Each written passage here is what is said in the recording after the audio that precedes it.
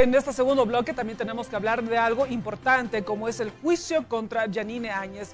Recordemos que hoy se reanuda este juicio y queremos tener más detalles al respecto junto a Fernando Hamdan, activista de derechos humanos, con quien tenemos el placer de tener este contacto precisamente para hablar sobre este tema tan importante. Fernando, buen día, ¿cómo estás? Es un gusto tenerte. Buenos días, Carla. Encantado de estar presente con ustedes. Igualmente, nosotros muy felices de que puedas quitarte unos minutos para estar con nosotros. Fernando, como lo estaba mencionando, hoy se reanuda el juicio contra Yanine Áñez. ¿Cómo ves toda expectativa? Bueno, este es el juicio del despropósito. Para empezar, hay unas bases que han sido sentadas de manera anticipada. Ese es el acuerdo de cómo se va a llevar un proceso. Y la demanda es por incumplimiento de deberes y resoluciones contrarias a la ley. Están acotados a los eventos de los días 10, 11 y 12 de noviembre, recordando de que comienza el 10 con la renuncia de Evo Morales y el 12 con la asunción de la presidencia de Yanine Áñez. Sin embargo, acá llama la atención que las pruebas que se toman en cuenta, pese a que ya fueron debatidas en anteriores audiencias, contemplan en muchos casos de las que presenta la acusación eventos previos y posteriores a la fecha del proceso. En este caso también se seleccionan esas pruebas de manera, puede ser arbitraria, en este caso es la palabra correcta, donde nos muestran una historia donde Evo Morales no tiene relación ni responsabilidad con los hechos previos.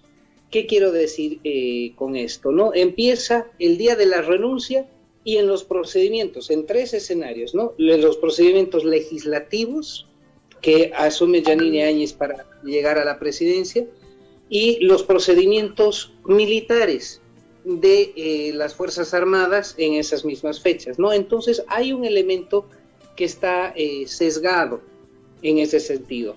En el mismo escenario, si bien lo que están tratando de hacer es revisar los incumplimientos o posibles incumplimientos a partir del reglamento interno de la Cámara Legislativa en sus dos instancias, también están buscando responsabilidad de incumplimiento de deberes en las Fuerzas Armadas, pero se ha denotado de que tanto la Fiscalía General o el Ministerio Público, la Procuraduría General del Estado y el Ministerio de Gobiernos como codenunciantes no tienen conocimiento de la ley orgánica de las Fuerzas Armadas, su jerarquía, su organización y sus competencias.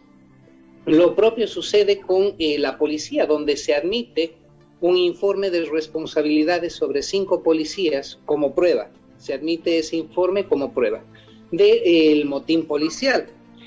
Si recordamos claramente, el supuesto motín policial, el acuartelamiento de la policía sería el día 8 de noviembre. Entonces hay elementos que son observables en esa primera instancia. Y el segundo bloque de cuestionamiento que viene a razón de la audiencia última es la presentación de las pruebas testimoniales documentales previa a la definición. Quieren ser acotadas. ¿Qué quiero decir eso? Las partes de acusación han presentado 70 pruebas del Ministerio Público. En la audiencia de hoy se van a aumentar más pruebas, pero se ha pospuesto la definición de los testigos, tanto de cargo como de defensa, para una última instancia, y el tribunal quiere sesgar la cantidad de testigos por partes para no llevar un proceso tan complejo como se está llevando. ¿Cuáles son los riesgos acá? Que en una etapa posterior el tribunal no quiera admitir pruebas adicionales para refutar las pruebas testimoniales que se vienen presentando. Entonces eso sí lo estamos denunciando de manera anticipada, que es un riesgo al proceso. Puede ser intencionada la dirección de llevar esas pruebas documentales, cerrarlas antes de que los testimonios exijan pruebas adicionales. Bien, completamente claro. ¿Y cuál es el cronograma que se tiene a partir de hoy?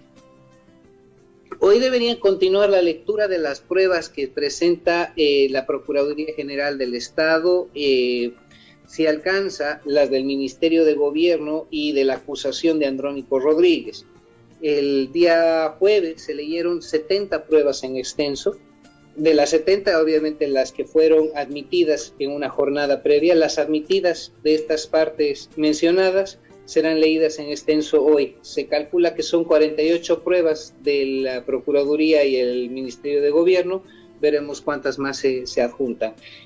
En posteriores audiencias se leerán las pruebas de descargo, se presentarán las pruebas de descargo, pasaremos por el mismo proceso de admisión y después de lectura en extenso antes de ingresar al juicio oral. Muy bien. Es que se habla de tantas contradicciones, además tantas acusaciones, e inclusive podemos llegar a pensar que sería un juicio político. ¿Cómo tú ves este punto? Es que definitivamente es un juicio político. Hay una interpretación conveniente de la Constitución y tenemos que hacer eco y posición firme al respecto. ¿Qué es lo que pasa? Se desconoce a través de lo que vivimos todos los bolivianos esos momentos de caos y de incertidumbre y evidentemente de falta de poder constituido en los hechos de noviembre de 2019. La acusación se basa en una sucesión constitucional donde se presenta, pongámoslo así, un escenario convencional, donde hay una renuncia, una lectura de una renuncia, una aceptación de la renuncia y una designación en la jerarquía de sucesión. En este caso se hace caso omiso del no solo la renuncia, sino abandono de cargo del presidente y vicepresidente. El momento que abandonan el país sin haber delegado oficialmente un mando, ellos están en incumplimiento y dejan en indefensión al poder constituido. Por la misma norma constitucional, el país no puede estar sin mando en el territorio boliviano ni un minuto. Y eso es lo primero que vulnera Evo Morales. La segunda instancia que se desconoce es el pedido de renuncia masiva que se hace y el rechazo a participar en las audiencias, en las sesiones, mejor dicho, de la Asamblea Legislativa. Entonces también hubo un intento de sabotaje de la constitución de un poder, y lo sabemos todos los bolivianos, en un intento de recuperar el poder del mismo Juan Evo Morales y su equipo.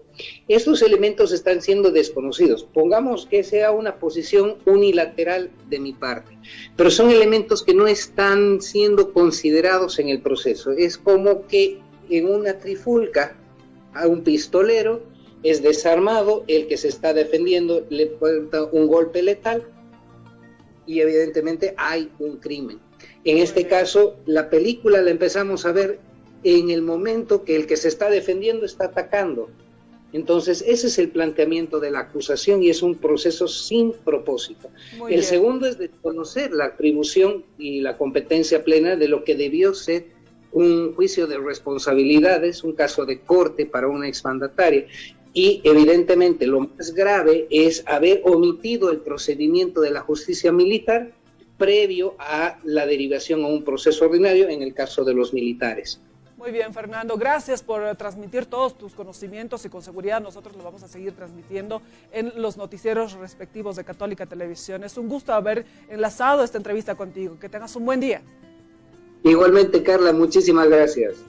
Bien, ahí estábamos conversando con Fernando Hamdan, activista en derechos humanos y por supuesto persona que tiene bastante conocimiento sobre este juicio contra Yanine Áñez, el del caso Golpe de Estado 2.